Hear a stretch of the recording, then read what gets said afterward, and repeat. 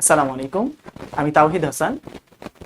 বর্তমানে পড়াশোনা করছি সিলেট এমএজি ওসমানী মেডিকেল কলেজে।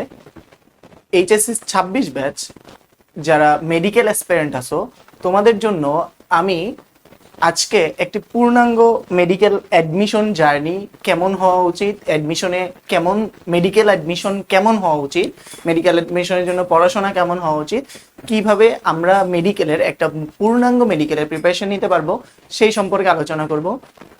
তো যারা এইচএসসি 26 ব্যাচের স্টুডেন্টরা আছো, মেডিকেল ভর্তি ইচ্ছুক, তারা মনোযোগ দিয়ে যদি একটু আজকের ভিডিওটা দেখো, তোমরা আশা করি যে তোমার মেডিকেল অ্যাডমিশনটা কেমন হওয়া উচিত তুমি পূর্ণাঙ্গ একটি ধারণা পাবা। তো মেডিকেলের অ্যাডমিশনের জন্য সবচেয়ে বেশি ইম্পর্টেন্ট জিনিস হচ্ছে রাইটারের বই, কোন বইটা আমি পড়বো। এখন তোমরা ইতিমধ্যে 2 বছর পড়ে আসছো, 2 বছরে নাম শুনে আসছো অনেক বিভিন্ন রাইটারের বই আছে, ঠিক আছে? বিভিন্ন বিভিন্ন রাইটারের বই আছে, বিভিন্ন রাইটারের বই থাকে সাবজেক্টে। আর আমরা সবার প্রথমে যেটা দেখব সেটা হচ্ছে মেডিকেলের ভর্তি পরীক্ষার মানবন্টনটা কেমন হয়। মানবন্টন বলতে পরীক্ষায় কি কি থাকে, তোমরা আশা করি যে সবাই জানো যে মেডিকেল অ্যাডমিশন পরীক্ষায় কোন কোন সাবজেক্টের পরীক্ষা হয়। কোন কোন সাবজেক্টের পরীক্ষা হয়? একটা হচ্ছে বায়োলজি, তারপরে হচ্ছে সায়েন্সের মধ্যে 3টা থাকে, বায়োলজি, কেমিস্ট্রি আর হচ্ছে ফিজিক্স। এই 3টা হচ্ছে সায়েন্সের সাবজেক্টগুলা। আর সায়েন্সের বাইরের 2টা আগে হয়তো, রিসেন্ট গত বছর থেকে আরেকটা টপিক অ্যাড করছে। একটা হচ্ছে জিকে, ইংলিশ তো থাকেই, তার মধ্যে হচ্ছে মানবিক গুণাবলী নামে একটা আরো 5 মার্কের কোশ্চেন অ্যাড করে, গত বছর থেকে শুরু হয়েছে। তো বায়োলজিতে মার্কস থাকে হচ্ছে 30, এরপরে কেমিস্ট্রিতে থাকে 25, ফিজিক্সে থাকে 15, ইংলিশে থাকে 15, জিকেতে 10, জিকে মানে হচ্ছে সাধারণ জ্ঞান, সাধারণ জ্ঞানে 10, আর মানবিক গুণাবলীতে 5 মার্কস। আচ্ছা, এখন জিকেতে 30 মার্ক, এটা এমন নাই যে 15 মার্ক হচ্ছে আপনার 50% ফার্স্ট পেপার থেকে, 50% সেকেন্ড পেপার থেকে, এরকম কোনো কন্ডিশন নাই আসলে। 2টা পেপার মিলেই হচ্ছে আপনার 30 মার্ক, 30টা এমসিকিউ। আর আপনারা তো সবাই জানেন মেডিকেল ভর্তি পরীক্ষায় 100টা এমসিকিউ থাকে, 100টা এমসিকিউ থাকে। আর এসএসসি এর মার্ক অ্যাড হয়, এইচএসসি এর পয়েন্টের বেসিসে মার্ক অ্যাড হয়, এইচএসসি এর পয়েন্টের বেসিসে মার্ক অ্যাড হয়, ঠিক আছে? তো এখন রিসেন্ট হচ্ছে 100 মার্ক অ্যাড হবে এসএসসি এবং এইচএসসি এর জিপিএ থেকে। আচ্ছা, এমসিকিউ 100টা এমসিকিউ এর জন্য সময় থাকে মাত্র 60 মিনিট, 1 ঘন্টায় 100টা। এখন 1 ঘন্টায় 100টা, তার মানে আপনি যদি 100কে 60 দিয়ে বা 60কে 100 দিয়ে ভাগ করেন, তাহলে প্রত্যেকটা এমসিকিউর জন্য আপনি 36 থেকে 40 সেকেন্ড সময় পাবেন অ্যান্সার করার জন্য। 36 থেকে 40 সেকেন্ড সময় পাবেন 100টা এমসিকিউ, পার এমসিকিউ আপনি সময় পাবেন 36 থেকে 40 সেকেন্ড। তো প্রশ্ন পড়তে হবে, অপশনগুলা পড়তে হবে, তারপরে কোনটা হবে এটা ভেবে অ্যান্সার দিতে হবে। ওকে, এখন মার্কসগুলো তো সম্পর্কে জানলাম। বায়োলজিতে 30, কেমিস্ট্রিতে হচ্ছে 25, ফিজিক্সে হচ্ছে 15, ইংলিশে হচ্ছে 15, জিকেতে 10, আর হচ্ছে মানবিক গুণাবলী এইটাতে হচ্ছে 5 মার্কস থাকে। ওকে, আচ্ছা, এখন আসেন আমরা জীববিজ্ঞান, রসায়ন, পদার্থবিজ্ঞান এদের কোন রাইটারের বইটা মেইন বই হিসেবে পড়বো।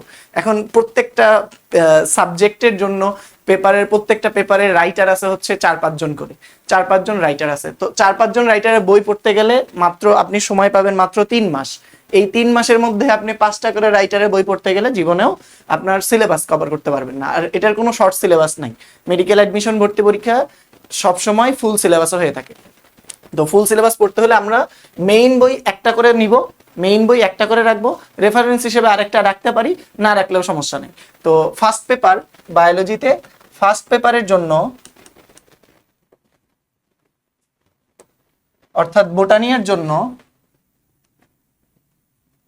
ফার্স্ট পেপারের জন্য আমরা হাসান স্যারের বইটা পড়ব। হাসান স্যার মেইন বই হিসেবে হাসান স্যারের বইটা রাখবো, এটা মেইন। এখন আপনি যদি চান আরেকটা ব্যাকআপ হিসেবে রাখার জন্য, তাহলে সেটা হচ্ছে আজিবুর রহমান স্যারের বই।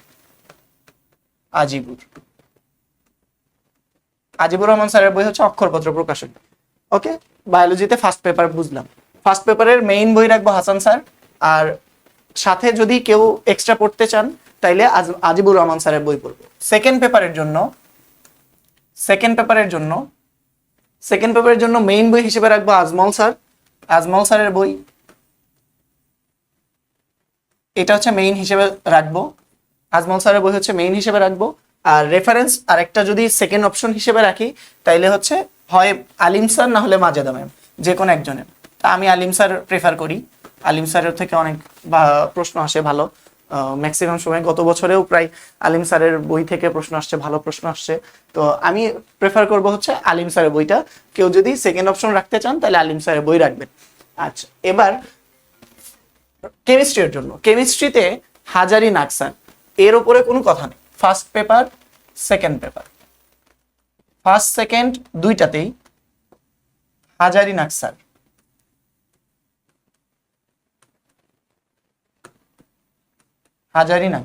ঠিক আছে, হাজারি নাকসারের বই আমি আশা করি হাজারি নাকসারের সবাই মোটামুটি চিনেন আর কি। সেকেন্ড পেপার ফার্স্ট পেপার দুইটা সেম। এখন যদি কেউ রেফারেন্স বই হিসেবে রাখতে চান তাহলে কবির স্যারের বইটা,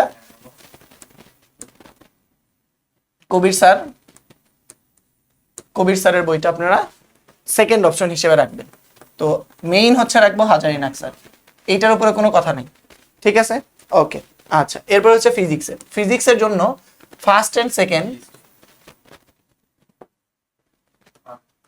first paper and second paper দুইটার জন্য আমরা ইসহাক স্যারের বইটা পড়বো। মেইন বই হিসেবে পড়বো ইসহাক স্যারের বই আমরা মেইন বই হিসেবে রাখবো। ইসহাক স্যারের বই মেইন বই হিসেবে রাখবো। আর রেফারেন্স বই হিসেবে তপন স্যারের বইটা পড়বো।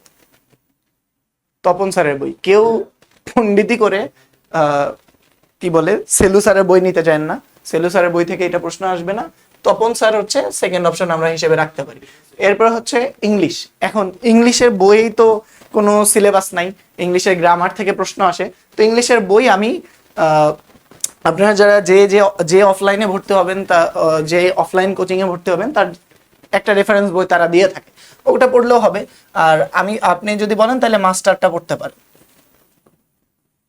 মাস্টার ইংলিশ বই যেটা আছে এটা একটু পড়তে পারেন। ঠিক আছে, আচ্ছা। জিকে এর জন্য তো কোনো নাই, জিকে তো সাধারণ জ্ঞান তো অনেকগুলো বই আছে, MP3 আছে, জয়কলির প্রকাশনী আছে। তো আপনি মোটামুটি আপনার যেখানে অফলাইনে ভর্তি হবেন তারাও একটা করে বই দিয়ে দিবে। তো নর্মালি আমি হচ্ছে জিকে হচ্ছে এটা বলবো, জয়কলির বইটা পড়তে পারেন। মেডি জিকে নামে আছে, মেডি জিকে নামে পাবলিশ হয়, জয়কলি পাবলিকেশনের মেডি জিকে নামে একটা বই পাবলিশ হয়, এটা। ঠিক আছে, এটা পড়লে মোটামুটি কভার হয়ে যাবে। আর যদি কেউ একটু বেশি পড়তে চান, বেশি পড়ার আসলে সময় থাকে না, 3 মাসে এত বেশি পড়ার সময় থাকে না, এটা MP3 যে সাধারণ জ্ঞানটা আছে এটাও চাইলে দেখতে পারেন। আর মানবিক গুণাবলী, এটা টোটালি আইকিউ এর প্রশ্ন। একটা মানুষের কি কি গুণাবলী থাকে এটা কি বই পড়ে হয় নাকি? বই পড়ে মানবিক গুণাবলী অর্জন করতে গেলে এটা সারা জীবন বই পড়া যাবে। মানবিক গুণাবলীর যে বই যতই আছে, তো মানবিক গুণাবলী নর্মালি প্রশ্নগুলা হয় আইকিউ টাইপের, যে আপনার একজন ডাক্তার হিসেবে, মানবিক ডাক্তার হিসেবে আলটিমেটলি মেডিকেলে ভর্তি হলে আলটিমেটলি সে ডাক্তার হবে। তো ডাক্তারের মানবিক হওয়াটা সবচেয়ে বেশি ইম্পর্টেন্ট। তো এই জন্য এই অপশনটা অ্যাড করছে। মানবিক গুণাবলীটা ম্যাক্সিমাম সময় দেখা যায় সহজ প্রশ্ন করে, কিন্তু নিজের আইকিউ থেকে প্রশ্নগুলোর অ্যান্সার আসলে হয়। কিন্তু আমরা মেইনলি পড়াশোনা করবো এই যে 5টা যে আছে, বাকি পাঁচটা হচ্ছে জীববিজ্ঞান, রসায়ন, পদার্থবিজ্ঞান, ইংলিশ আর জিকে। এই যে বইগুলো পড়লাম, এই বইগুলোর বাইরে কোনো কিচ্ছু পড়ার দরকার নেই। ঠিক আছে, আচ্ছা।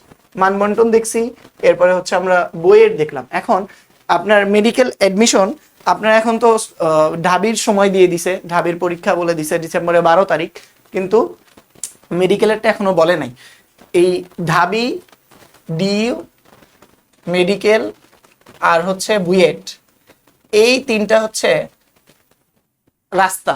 তো এইটারে দেখে বাকিগুলা সময় দিবে। ঠিক আছে, তো ডিইউ যেহেতু ডিসেম্বরে দিয়ে দিছে, মেডিকেল হয় ডিসেম্বরে নিবে, নাইলে নভেম্বরের লাস্টে নিবে।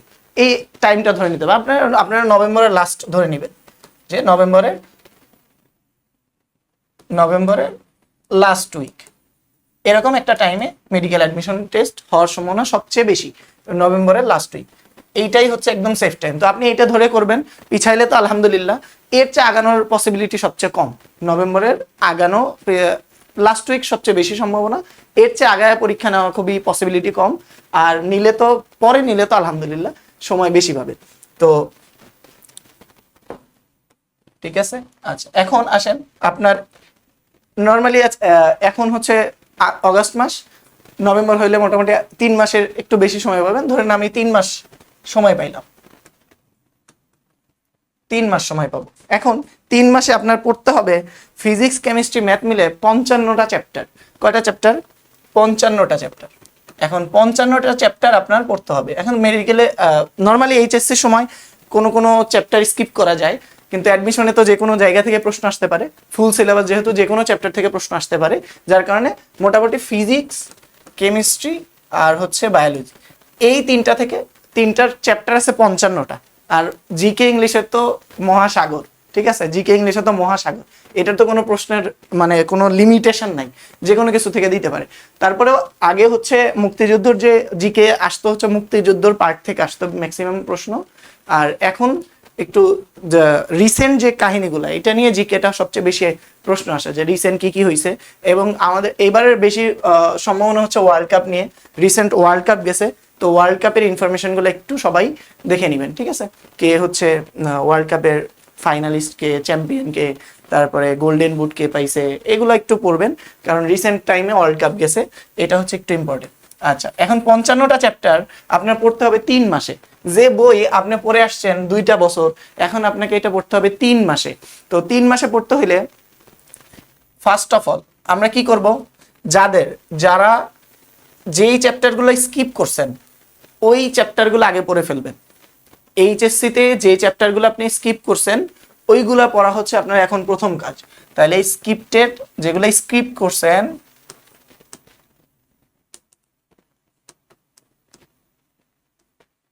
যেগুলো আপনি স্কিপ করছেন ওই চ্যাপ্টারগুলো পড়ে ফেলবো ফার্স্ট অফ অল।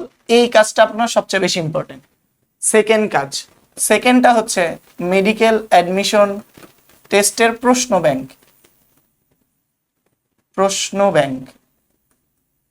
এই প্রশ্ন ব্যাংকের যতগুলা প্রশ্ন আছে সবগুলা সলভ করে ফেলা। এই যে এখন যে প্র্যাকটিক্যালের সময় চলতেছে, প্র্যাকটিক্যালে আহামরি খুব বেশি পড়া লাগে না।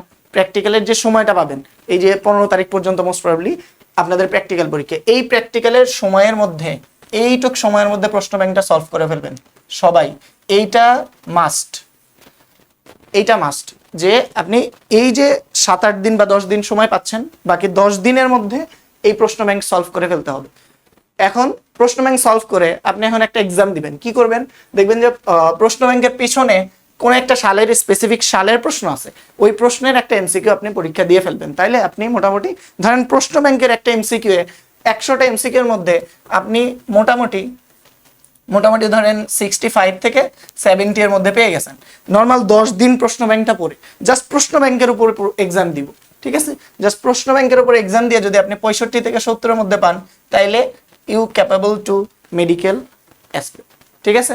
তো আপনি একদম মেডিকেল প্রিপারেশনের জন্য পারফেক্ট।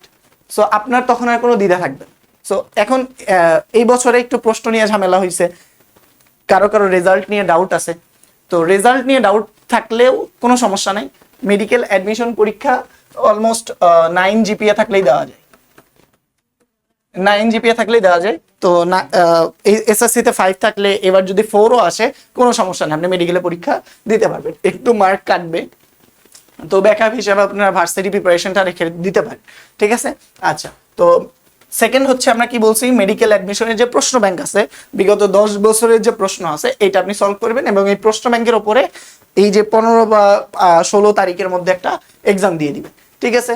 আচ্ছা, এরপরে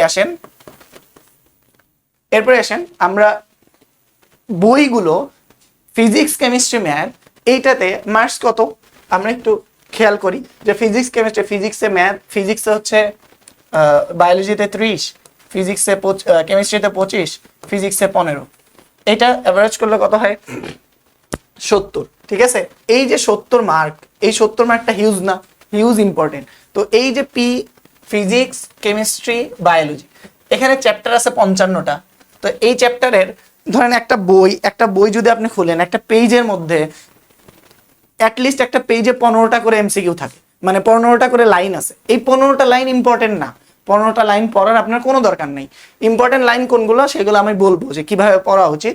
তো ফার্স্ট অফ অল আমরা এই 10 দিনের মধ্যে মেডিকেল অ্যাডমিশন যে প্রশ্ন ব্যাংক আছে এইটা সলভ করা, আর হচ্ছে স্কিপ্টেড যে আপনি যে স্কিপ করছেন, যে চ্যাপ্টারগুলা আপনি এইচএসসি লাইফে স্কিপ করছেন, এগুলা পড়ে ফেলা। আর যদি কেমিস্ট্রিতে কেউ জৈব যৌগ স্কিপ করে থাকেন, ওইটা আগে পড়বেন।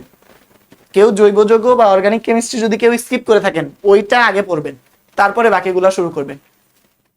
আচ্ছা, এখন 3 নাম্বার হচ্ছে ধরেন 3 মাস। এখন প্রথম যে মাসটা পাবেন, ধরেন আজকে থেকে মেডিকেল অ্যাডমিশন প্রিপারেশন আপনি শুরু করবেন।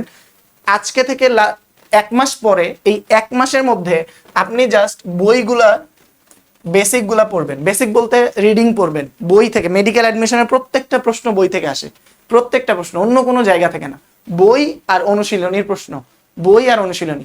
যে বইয়ের রিডিং পড়বেন, বইয়ের কি কি পড়া লাগবে সেটাও আমি বলবো।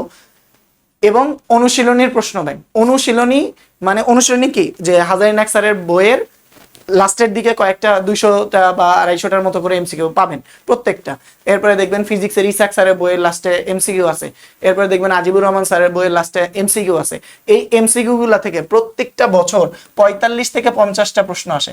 100টার মধ্যে 50 থেকে 45টা প্রশ্ন শুধুমাত্র অনুশীলনীর, কোনো চেঞ্জ করে দেয় না, বিন্দুমাত্র কোনো চেঞ্জ নাই, অপশন হুবহু তুলে দেয়, অপশন সহ হুবহু তুলে দেয়। তো অনুশীলনীর প্রশ্ন ব্যাংকটা বা অনুশীলনীর যে প্রশ্নগুলো আছে এগুলা সলভ করা সবচেয়ে আগে জরুরি।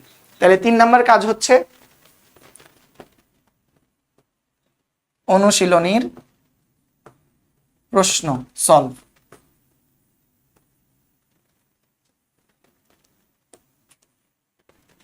এসএসসি পরীক্ষা দিয়ে আসছেন, এইচএসসি পরীক্ষা দিয়ে আসছেন, তার মানে আপনি মোটামুটি বেসিক ধারণা আছে। তো অনুশীলনের প্রশ্ন সলভ করার জন্য ওইটুকু বেসিক দিয়ে আপনি পারবেন।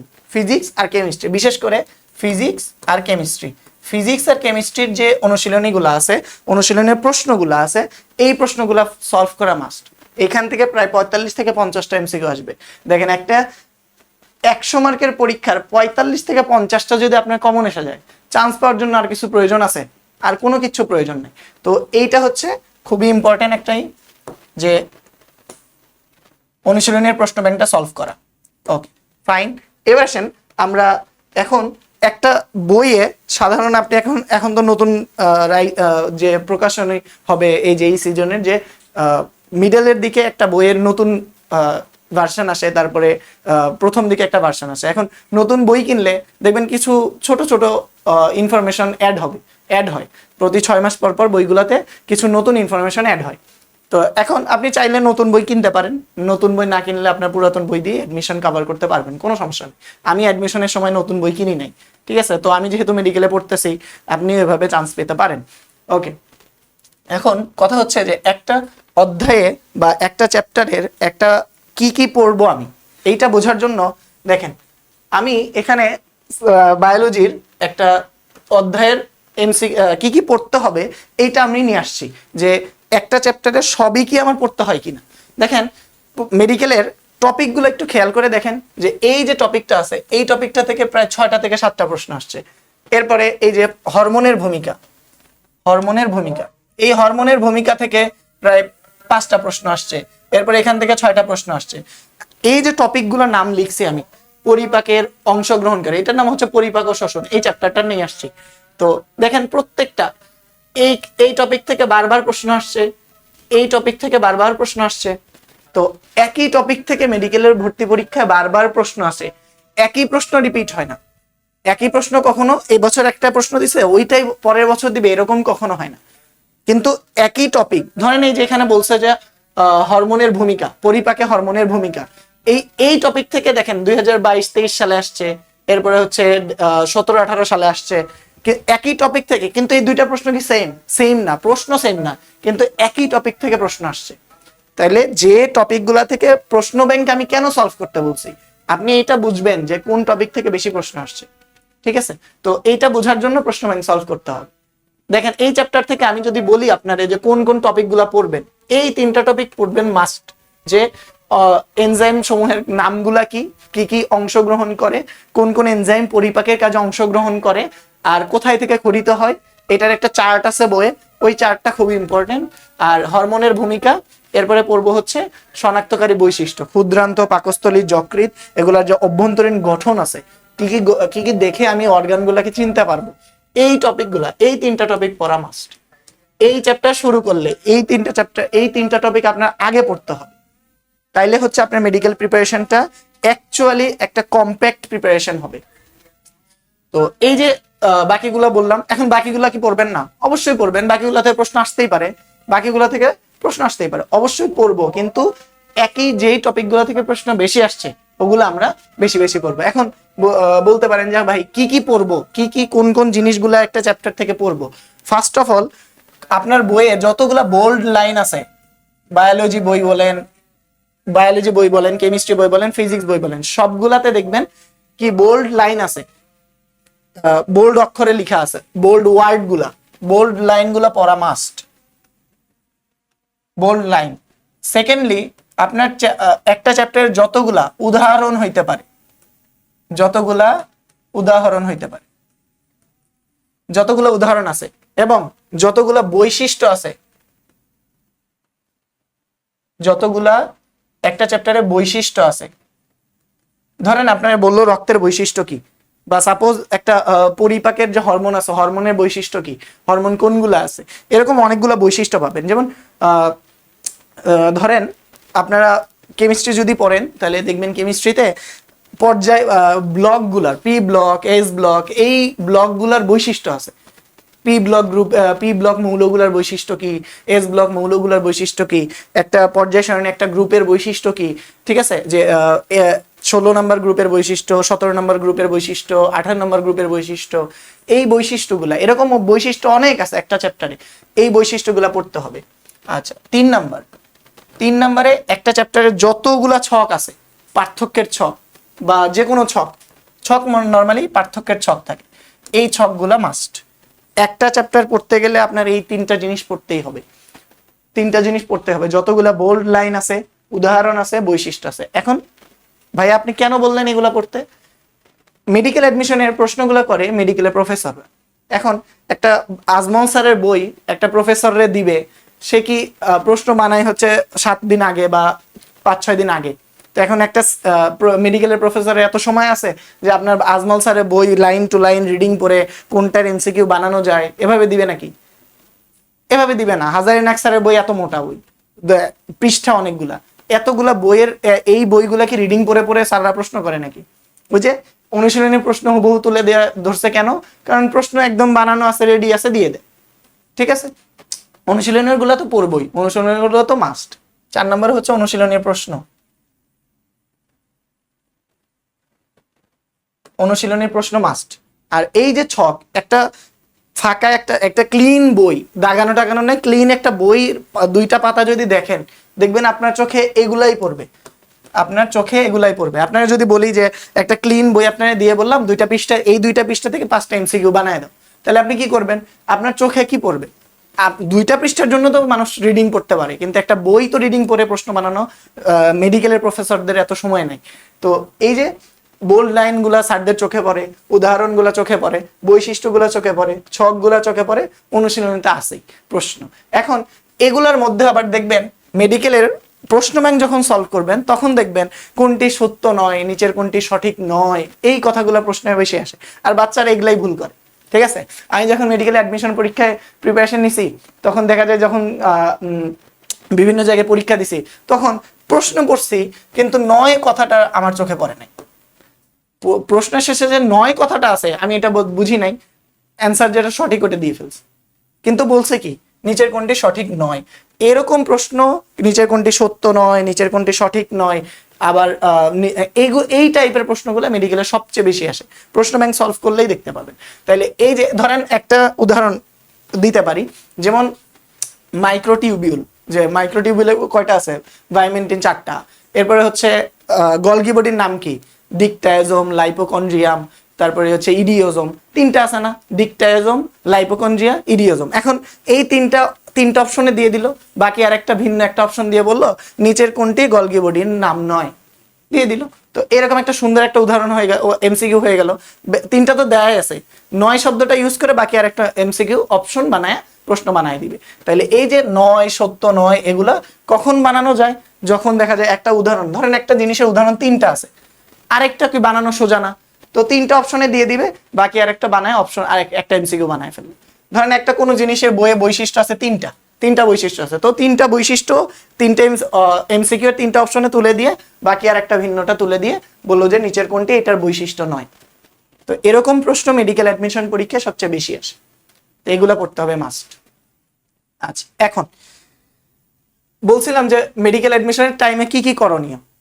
বাচ্চারা কি বলে, যে কোনো মানে নর্মালি মেডিকেল যারা প্রিপারেশন নেয় বা অ্যাডমিশন টাইমে সবচেয়ে বেশি অ্যাডমিশন অ্যাসপিরেন্টদের জন্য ঘুমটা শত্রু হয় বেশি। দেখবেন যে এই সময় একটা স্টুডেন্ট এত ঘুম পায় যে অন্য সময় মোবাইল দেখলে কিন্তু ঘুম পায় না, কিন্তু এই যে টাইমগুলা, এই টাইমটাতে পড়াশোনার জন্য একটু বাচ্চা কাচ্চাগুলো আসে, টেবিলে বসবে, কিন্তু এর সবচেয়ে বড় শত্রু হয় ঘুম। এখন ভাই বলতেছেন যে আপনার বড় শত্রু ঘুম, তাহলে ঘুমাবো না। আমি তো এটা বলি নাই, ঘুমাইতে হবে, কিন্তু পরিমিত ঘুম ঘুমাইতে হবে। একজন মানুষ দিনে 5 থেকে 6 ঘন্টা ঘুমায়ও বেঁচে থাকে, ঠিক আছে, মরে যাবে না, মরে যাবে না। মানুষ পড়তে পড়তে কখনো পাগল হয় না। তো এই যে বাঙালি মানুষজন, তো একটা সোসাইটিতে একটা কথা আছে যে পড়তে পড়তে মানুষ পাগল হয়, কোনোদিনও মানুষ পড়তে পড়তে পাগল হয় না, ঠিক আছে। তো নর্মালি অ্যাডমিশন পরিমিত ঘুম একজন মানুষের সুস্থ থাকার জন্য 6 ঘন্টা দিনে ঘুমাইলেই হয়ে যায়, এনাফ। এর বেশি ঘুমানোর কোনো দরকার নেই, এর বেশি ঘুমাইলে মানুষের অলসতাটা বাড়ে। তো নর্মালি 5 থেকে 6 ঘন্টা ঘুমাবো, বাকি যতটুক সময় পাই, বাকি আদার্স যতটুকু কাজ আছে আপনার ইবাদতের জন্য, নামাজ, শুধু নামাজ, তারপরে ধরেন আপনি যদি একটু কোরআন টোরআন তিলাওয়াত করেন, তো নামাজ কোরআন তিলাওয়াত এটার জন্য কিছু সময় রাখলেন, আর খাওয়া দাওয়ার জন্য তো সময় রাখতেই হবে, না খায় তো মানুষ বাঁচবে না। তো 5 থেকে 6 ঘন্টা ঘুমাবো। আর এখন ধরেন আপনি অ্যাডমিশন টাইমে এসে মোবাইল দেখে একটা ভিডিও ছেড়ে দিয়ে খাইতে বসছেন, একটা ভিডিও হচ্ছে 30 মিনিট, এইটা দিয়ে ছেড়ে দিয়ে খাইতে বসছেন, তো আপনার সময়টা নষ্ট হচ্ছে না? এইগুলা করা যাবে না। খাইতে হবে, আপনি যতটুকু সময় কমাইতে পারেন, খাওয়া আদার্স যে কাজগুলো আছে এগুলোতে যত কম সময়ে ব্যয় করে পড়ার সময়টা এখন বাড়াই দিতে হবে, পড়ার সময় বাড়ায়। এখন আপনার কাছে যদি অনেক স্টুডেন্ট আছে, যদি কেউ বলে যে আমি তো দিনে 12 থেকে 13 ঘন্টা পড়ি, এইটা শুনলে মনে হয় আকাশ থেকে পড়ে। দিনে 12 থেকে 13 ঘন্টা পড়া তো কোনো ব্যাপার না। নর্মালি 5 থেকে 6 ঘন্টা ঘুমাইলে 24 ঘন্টার মধ্যে 6 ঘন্টা বাদ দিলে 18 ঘন্টা থাকে। এখন 12 থেকে 13 ঘন্টা পড়া তো কোনো ব্যাপার না। খাইতে, একজন মানুষের খাওয়া দাওয়া, নামাজ কালাম, বাকি যে কাজগুলো আছে এইটা করতে তো আপনার 4-5 ঘন্টার বেশি সময় লাগে না। তো 5 ঘন্টা 6 ঘন্টা ঘুমাইলো, আর 5 ঘন্টা বা 2-3 ঘন্টা এটার কাজে ব্যয় করলো। খাওয়া, ঘুম, যতগুলা আর আপনার যতগুলা দৈনন্দিন কাজ আছে, কাজের পিছনে আপনি 2 থেকে 3 ঘন্টা সময় ব্যয় করলেন, সমস্যা নাই তো। 6 ঘন্টা 3 ঘন্টা যোগ করলে 9 ঘন্টা, আর বাকিগুলো কি আপনি কি করবেন? টিকটক দেখবেন, রিলস দেখবেন, এগুলা দেখার তো কোনো দরকার নাই। আমার একটা টিচার ছিল, আমি ম্যাথে একটা টিচারের কাছে পড়তাম, তো ওই টিচারটা আমার একটা কথা বলছে, আমার লাইফ চেঞ্জিং একটা কথা ছিল, যে ওই স্যারটা আমার বলছে, হুট করে একদিন বলতেছে যে তাহলে একটা কথা বলি, যে short time happiness gives long time pain. হুট করে কথা বললো, আমি বুঝলাম না, তো স্যার আবার রিপিট করলো যে short time happiness gives long time pain. তো আমি ইনস্ট্যান্ট কথাটা মাথায় ঢুকে নেয়। পরে বাসায় আসলাম, বাসায় এসে চিন্তা করলাম স্যার হুট করে আজকে এই কথাটা বললো, তখন বুঝতে পারছি, ফিল করতে পারছি যে স্যারের কথাটার ভাবার্থ আসলে কি। Short time happiness gives long time pain মানে আপনি এই 3 মাস যদি একটু কষ্ট করেন, 3টা মাস যদি একটু কষ্ট করেন, আপনার মোটামুটি একটা সিকিউর লাইফ হবে। এখন আমাদের সোসাইটি অনুযায়ী তো এটাই সিকিউর লাইফ, যে কোথাও চান্স পাইলেন, একটা ভালো চাকরি করলেন, এগুলাই সিকিউর লাইফ। তো তথাকথিত যে আপনি মোটামুটি চান্সটা পাইলে মোটামুটি একটা স্টেবল লাইফ পাবেন, সামনে কিছু একটা করার জন্য আপনার একটা অনেক অপরচুনিটিস আসবে, সামনে অনেক পথ খুলে যাবে। তো এই 3টা মাস, লাইফের 3টা মাস যদি আপনি হাড় ভাঙা পরিশ্রম করেন, আপনার সর্বোচ্চ লেভেল পর্যন্ত যতটুকু দেওয়া যায়, যতটুকু পর্যন্ত আপনি আপনার লাইফের কষ্ট করতে পারেন। ধরেন একজন মানুষ পড়তে পড়তে পড়তে পড়তে, আমি এমনও অনেক শুনছি, আমার আশেপাশের অনেকজন ছিল মেডিকেল অ্যাডমিশন পরীক্ষায় পাগলের মতো পড়ছে। ইভেন আমারও, আমার হোস্টেলের জুনিয়ররা বলতো যে ভাই আপনি তো পাগল হয়ে যান। আমি এখনো সুস্থ আছি আলহামদুলিল্লাহ। তো 3টা মাস 4টা মাস আমার মতো পাগলের মতো পড়ে আমি তো পাগল হই নাই, আর পড়াশোনা করে কেউ পাগল হয় না। তো 3 মাস ওই স্যারের ওই কথাটা ছিল শর্ট টাইম মানে হ্যাপিনেস। আমি যদি অল্প সময় এই 3টা মাস আপনি যদি হ্যাপিনেস মানে সুখ অর্জন করেন, বাকি সারা বছর দেখবেন যে এইটার কষ্টে চান্স না পাইলে পরিবার কথা শোনাবে, রিলেটিভস গুলা কথা শোনাবে, আশেপাশে বন্ধু বান্ধব কথা শোনাবে, যারা চান্স পাবে তাদের দেখে ভালো লাগবে না। তো এইটা করার চেয়ে 3টা মাস আপনি একটু কষ্ট করলে, আপনার হাতে এখনো 3টা মাসের একটা অপরচুনিটিস আছে আপনার লাইফকে সিকিউর করা, আপনার লাইফকে একটা ভালো সুন্দর সামনে জীবনটা আনা, এগুলোর জন্য হিউজ একটা অপরচুনিটিস এটা আপনার জন্য। তো আপনি এই সুবিধাটা কেন নিবেন না আমার বলেন তো? 3টা মাস যতটুকু আপনার একদম হাইয়েস্ট লেভেল পর্যন্ত, যতটুকু পর্যন্ত আপনি পরিশ্রম করতে পারেন এইটা করতে হবে। এখন যাদের আসলে মানে মন থেকে ইচ্ছা, এখন ধরেন একটা হসপিটালে তো সবাই ম্যাক্সিমাম সময় গেছেন, ধরেন আপনি রাস্তা দিয়ে চলাচল করতেছেন, নর্মালি একটা বাস অ্যাক্সিডেন্ট হয়েছে, ধরেন সাপোজ একটা বাস অ্যাক্সিডেন্ট হয়েছে, আশেপাশের মানুষগুলা দেখে কি বলবে? আশেপাশের নর্মাল মানুষগুলা দেখে সর্বোচ্চ পরিমাণ আফসোস করবে, আল্লাহ মানুষগুলা মারা গেছে। কিন্তু ধরেন ওই বাসের একজন ডাক্তার আছে, উনি মোটামুটি সুস্থ আছে, বা উনি একজন মেডিকেল স্টুডেন্ট আছে, মোটামুটি এই এগুলা সম্পর্কে জানতে পারে। নর্মাল মানুষ চিন্তা করবে যে, আফসোস করবে যে মানুষটা মারা গেছে, আর একজন মেডিকেল স্টুডেন্ট বা ডাক্তার চিন্তা করবে এই লোকটাকে কিভাবে বাঁচানো যায়। তো এইটা কতটুকু ব্লেসিং বুঝতে পারেন, যে আদার্স আরো 100 জন মানুষ চিন্তা করতেছে যে লোকটা মারা গেছে, এটা দেখে তার কোনো করণীয় নাই, কিন্তু একটা মেডিকেল স্টুডেন্ট বা ডাক্তারদের ওই সময়টা অনেক কিছু করণীয় আছে। ওই মেডিকেল অ্যাডমিশন, মেডিকেল স্টুডেন্ট বা ডাক্তার জানে যে এখন তাকে কি করলে, নর্মালি সিপিআর নামে একটা আছে, টার্ম আছে সিপিআর। তো কারো যদি হার্ট অ্যাটাক হয় বা কোনো নর্মাল সময় একটু রক্ত চলাচল কমে যায়, তো এই সিপিআর করলে মোটামুটি সে সুস্থ হওয়া সম্ভব। তো এই সিপিআর কি, এটা তো নর্মাল মানুষ জানবে না, মেডিকেল স্টুডেন্ট ডাক্তাররা তো জানে। তো এই এতটুকু, ধরেন আপনার বাবা হার্ট অ্যাটাক করছে, সাপোজ যে একজন ফ্যামিলির লোক, একটা আপনার ফ্যামিলির লোক হার্ট অ্যাটাক করছে, তো আপনি যদি মেডিকেল স্টুডেন্ট হন, ইনস্ট্যান্ট সিপিআর করে তাকে সুস্থ করে ফেলতে পারেন। আল্লাহ চাইলে, সৃষ্টিকর্তা চাইলে আপনি তাকে সুস্থ, আপনার মাধ্যমে সৃষ্টিকর্তা তাকে সুস্থ করে দিতে পারে। এইটা তো আপনি নর্মাল অন্য জায়গায় পড়লে আপনার কাছে এইটা, আপনার নর্মালি কোনো মেডিকেল স্টুডেন্ট ছাড়া এটা তো কেউ জানে না। সিপিআর সম্পর্কে সবাই ম্যাক্সিমাম মানুষ জানে, আমি জাস্ট এটা দিয়ে উদাহরণ দিচ্ছি যে নর্মালি সিপিআরটা করার পদ্ধতি তো মেডিকেল স্টুডেন্ট অনেক বেশি নর্মাল মানুষের চেয়ে ভালো জানে। তো এতটুকু একটা ব্লেসিং আপনার জন্য সামনে অপেক্ষা করতেছে, জাস্ট 3টা থেকে 4টা মাস আপনি পরিশ্রম করলেই। আর মুসলিম ধর্মে একটাই আছে যে হাদিস বা এরকমই কথা আছে যে একটা অসুস্থ মানুষকে, নর্মালি অসুস্থ মানুষকে দেখতে গেলে আল্লাহ তাআলা নাকি 70,000 বা এরকম একটা অ্যামাউন্টের ফেরেশতাদের নিযুক্ত করে দেয়, তার মাগফিরাতের দোয়া করতে থাকে। একটা ডাক্তার কি একজন রোগী দেখে নাকি? অনেকগুলো রোগী দেখে একদিন। তো যে আপনার ধার্মিক দিক থেকে অপরচুনিটি অনেক। তারপরে আপনি নর্মাল একটা স্টেথোস্কোপ নিয়ে একজন মানুষ যখন ওয়ার্ডে ঘুরে, তো নর্মালি বাইরের মানুষগুলো দেখে যে ডাক্তার যাইতেছে, কিন্তু উনি কিন্তু ডাক্তার না, মেডিকেল স্টুডেন্ট। তারপরে তাদের তাকে ভাবে যে একজন ডাক্তার। আর এটা একটা লাইফ সেভিয়র পেশা। তো লাইফ সেভিয়র পেশা অন্য কোনো, সব পেশাই অনেক মহৎ। মানুষ ডাক্তারি পেশা মহৎ বলে, এটা আসলে না, পৃথিবীর সব পেশাই মহৎ। কিন্তু ডাক্তারদের পরিশ্রমটা, ডাক্তারদের স্যাক্রিফাইসটা অনেক বেশি। তো এই জন্য আপনি একটু চেষ্টা করলে, জাস্ট 3 থেকে 3.5 মাস চেষ্টা করলে এই লাইফটার মধ্যে আসতে পারবে। তো আর এই লাইফটাতে আসার জন্য কঠোর পরিশ্রম করতে হবে, খাওয়া, ঘুম আর পড়াশোনা, এর বাইরে কোনো কাজ করা যাবে না 3 থেকে 3.5 মাস।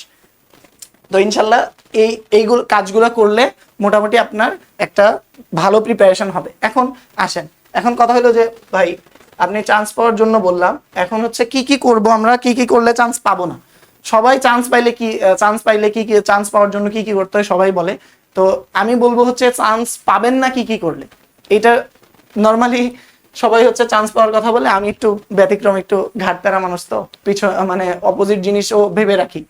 তো এই জন্য আপনাদের বলবো যে কি কি আপনি এই সময়টাতে 3 থেকে আগামী 3.5 মাস বা 4 মাস সময়টা আপনি কি করলে আপনার জন্য এই সুযোগটা হাতছাড়া হয়ে যাবে। প্রথমটা হচ্ছে মোবাইলের আসক্তি। এখন বলবেন ভাই আমি তো অনলাইনে কোর্স কিনছি, আপনাদের এগুলো অজুহাত, ঠিক আছে, অজুহাত যে ভাই অনলাইনে ক্লাস কিনছি তো ক্লাস করা লাগবে, অনলাইনে ক্লাস করা লাগবে, মোবাইল তাহলে দেখবো না, তাহলে কিভাবে ক্লাসগুলো করব। ভাই ক্লাস করলে মোবাইল আসক্তি হয় না, ক্লাস করা মোবাইল আসক্তি না। মানুষের ক্লাস করলে ভালো লাগে না, কিন্তু রিলস দেখলে অনেক ভালো লাগে, ঠিক আছে। মানুষ একটা স্টুডেন্টের ক্লাস একটা লম্বা 2.5 ঘন্টার ক্লাস করতে এটা ভালো লাগে না, কিন্তু রিলস ঘন্টার পর ঘন্টা 4 ঘন্টা 5 ঘন্টা দেখলেও কোনো সমস্যা নেই, তার অনেক ভালো লাগে। তো আপনি ক্লাস করলে মোবাইলের আসক্তি হবে না, ঠিক আছে। ক্লাস করে কারো মোবাইলের আসক্তি হয় না। তো ক্লাস করে সেলফ ক্লাসটা করে মোবাইলটা দূরে রাখতে হবে, সোজা কথা। আর যদি আপনার মনে হয় যে ক্লাস করেও আমার মোবাইলে আসক্তি হইতেছে না, আপনার অনলাইনে ক্লাস করার দরকার নেই, অনলাইনে ক্লাস করার আপনার দরকার নেই। যদি আপনার মনে হয় যে আমি মোবাইলের অ্যাডিকশন থেকে নিজেকে দূরে রাখতে পারবো না, ঠিক আছে। তো নর্মালি মোবাইলে ক্লাস করলে কখনো আসক্তি হয় না ভাই। তো এইসব অজুহাত দিয়ে লাভ নাই, আর অজুহাত দিবেন না। ব্রায়ান টেসি নামে একজন দার্শনিক ছিল, ওনার একটা কথা আছে, তো আমার ওই কথাটা মনে আছে যে উনি বলতো যে তোমার আর সফলতা, তুমি আর তোমার সফলতা, তুমি আর তোমার সফলতার মাঝে একটা পর্দা আছে, তুমি আর তোমার সফলতার মাঝে একটা পর্দা আছে। এই পর্দাটার নাম হচ্ছে অজুহাত। কি? অজুহাত। তো এই যখন থেকে তুমি অজুহাত দেওয়া বাদ দিবা, যখন থেকে তুমি অজুহাত দেওয়া বাদ দিবা, এটা আমার জন্যই হয়েছে, বা এই যে এখন এসে এইচএসসি পরীক্ষা, এইচএসসি 26-এর পরীক্ষার প্রশ্নই হয়েছে, এখন তারা বলতেছে আমাদের সাথে এগুলা হয়েছে, এইটা ওইটা নানান কথা। ভাই তোমার যা হয়েছে, তোমার সাথে যা হয়েছে, বাংলাদেশ সব স্টুডেন্টদের সাথে তাই হয়েছে। এবার কি তোমার কি মনে হয় এবার কেউ 90 আপ মার্কস পাবে না? এই প্রশ্নের মধ্যেও অনেকে 90 আপ মার্কস পাবে। এই প্রশ্ন, এই যে প্রশ্ন দেখতেছেন, এই প্রশ্নের মধ্যে কি বুয়েটে চান্স পাবে না? এই প্রশ্নের মধ্যেও বুয়েটে চান্স পাবে। বুয়েটে চান্স পাওয়ার জন্য রিকোয়ারমেন্ট যা প্রয়োজন তাও 16,000 থেকে 18,000 স্টুডেন্টের মধ্যে আছে। তো তারা কি মানুষ না? তাদের সাথেও যা ঘটনা ঘটছে আপনার সাথেও তাই হয়েছে। তো এইসব কোনো অজুহাত দেওয়া যাবে না, কোনো সিস্টেমের অজুহাত নাই, সব অজুহাত নিজেকে দিতে হবে, আমাকে পারতেই হবে। সোজা কথা, কোনো কিছু কোনো দিকে তাকানোর সময় নাই, সোজা কথা, আমার পথ শুধু সামনে, ডানে বামে কোনো পথ নাই, সোজা আমাকে সামনে যাইতে হবে, সোজা কথা। সামনে কোনো বাধা আসলে সেটাকে উপেক্ষা করে যাইতে হবে। আর সবচেয়ে ইম্পর্টেন্ট কথা হচ্ছে এই 3 মাস নিজেকে হাইড করতে হবে, এক্সট্রিম লেভেলে হাইড করতে হবে। অন্য কোনো, ধরেন আপনার রিলেটিভসরা এখন আপনার অনেক দিবে যে কি পড়াশোনা করতেছে। আমার রিলেটিভ যারা ছিল, আমি হচ্ছে মেডিকেল অ্যাডমিশনের সময় ফোন ইউজ করতাম না, কারোর সাথে কথা বলতাম না, আব্বু আম্মুর সাথেও কথা বলতাম 1 দিন 2 দিন পর পর।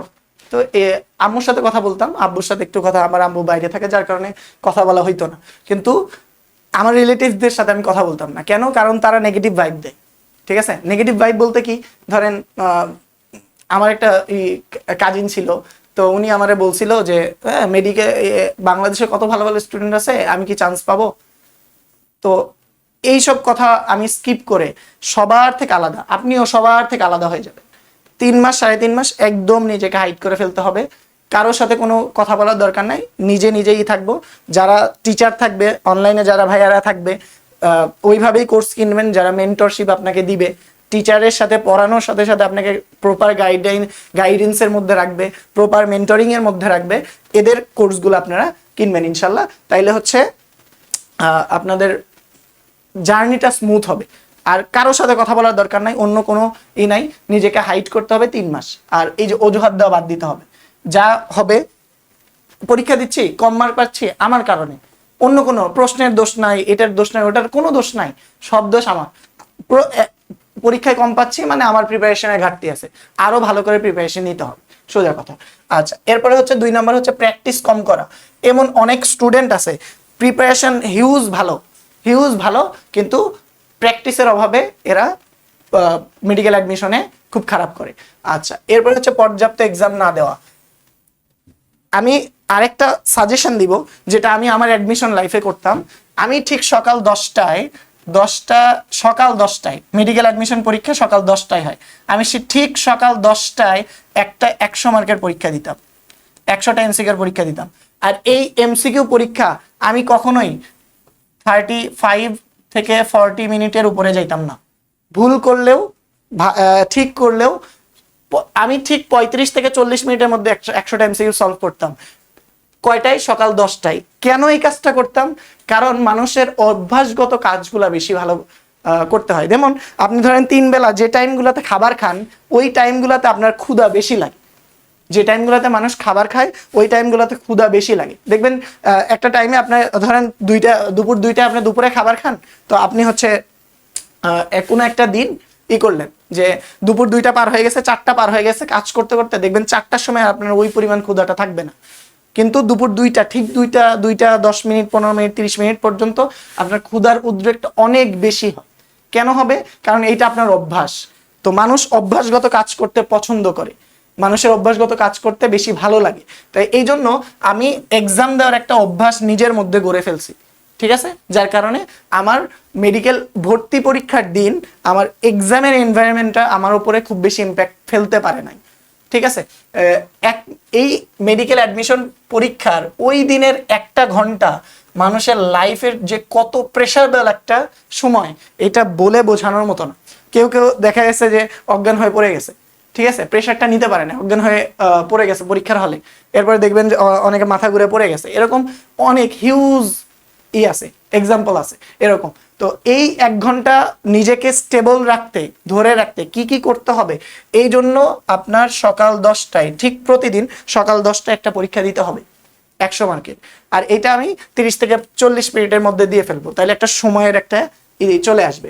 আচ্ছা, এরপর হচ্ছে 4 নাম্বার হচ্ছে টাইম ম্যানেজমেন্ট করা। টাইম ম্যানেজমেন্ট বলতে ধরেন অনেকের অভ্যাস আছে হচ্ছে আপনার একটানা 3 ঘন্টা 4 ঘন্টা পড়বেন। এই 4 ঘন্টা 3 ঘন্টা পড়ার কোনো দরকার নাই। মানুষের ব্রেইন 40 থেকে 45 মিনিটের উপরে কোনো কাজ করে না। 45 মিনিট পরে মানুষের ব্রেইন আর কাজ করে না। ধরেন 1.5 ঘন্টা একটানা পড়ছে, 45 মিনিটের পর যা পড়ছে ওইগুলো মনে থাকে না, ঠিক আছে? তো 45 মিনিট পর্যন্ত পড়বো, মাঝে 5টা মিনিট ব্রেক নিব, 5 মিনিট ব্রেক নিয়ে আবার পড়তে বসবো। এভাবে পড়লে ইনশাল্লাহ সময়টার ইউটিলাইজেশন হবে। আর সময় ম্যানেজমেন্ট বলতে আমি বুঝাইছি হলো পরীক্ষার এক্সামের সময়টা ম্যানেজমেন্ট করে। আমি একটু ফার্স্টের দিকে বলছিলাম যে একটা মেডিকেলে অ্যাডমিশন পরীক্ষার দিন 36 থেকে 40 সেকেন্ড সময় পাওয়া যায় একটা এমসিকিউ সলভ করার জন্য। প্রশ্ন পড়তে হবে, এমসিকিউ অপশনগুলো পড়তে হবে, তারপরে ওইটা ভেবে তারপরে অ্যান্সার দিতে হবে। এই কাজগুলো করতে হবে মাত্র 36 সেকেন্ডে। তো এইটা অনেক এক্সারসাইজ করার ফলেই, প্র্যাকটিস করার ফলেই অর্জন করা সম্ভব শুধুমাত্র। তো প্র্যাকটিসের কোনো ঘাটতি থাকা যাবে না। প্র্যাকটিস যত করবেন টাইম ম্যানেজমেন্টটা তত ভালো হবে, তত অল্প সময় আপনি ভালো অ্যান্সার করতে পারবেন। এরপরে হচ্ছে আত্মবিশ্বাস। আপনি পারবেন এই কথাটা আপনি ধরেন দিনে 7 বার করে বলবেন যে আমি মেডিকেল অ্যাডমিশনে ভর্তি পরীক্ষায় কি হব, আমি অ্যাডমিশনে ভর্তি পরীক্ষায় একটা ভালো রেজাল্ট করে একটা মেডিকেলে চান্স পাবো। এটা আপনি কমপক্ষে দিনে, যাদের আত্মবিশ্বাসে ঘাটতি আছে তারা দিনে কমপক্ষে 7 বার করে নিজেকে বলবেন। দরকার হয় যেখানে পড়তে বসবেন এখানে লিখে রাখবেন যে আমাকে পারতে হবে। তো আপনার যে ইগুলা আছে, এখন কথা হলো যে মোটিভেশন আসলে নিজের মোটিভেশনটা ইম্পর্টেন্ট। নিজের ভেতর থেকে একটা মোটিভেশন আনা উচিত। ধরেন জাহিদ ভাই আপনাদের মোটিভেশন দিল, তো মোটিভেশনের সব কথা আপনার মাথায় নেওয়ার কোনো দরকার নাই। এই যে একটু আগে আমি আপনাদের একটা উদাহরণ দিচ্ছেন, আমার একটা স্যার একটা কথা বলছে, এটা আমার লাইফে অনেক লাইফ চেঞ্জিং ঘটনা ছিল। তো ধরেন জাহিদ ভাইয়ের 10 মিনিটের একটা মোটিভেশনাল ভিডিও দেখছেন, তো এই 10 মিনিটের ভিডিওর মধ্যে জাহিদ ভাইয়ের যে কোনো একটা কথাকে নিজের ওপর অ্যাপ্লাই করেন।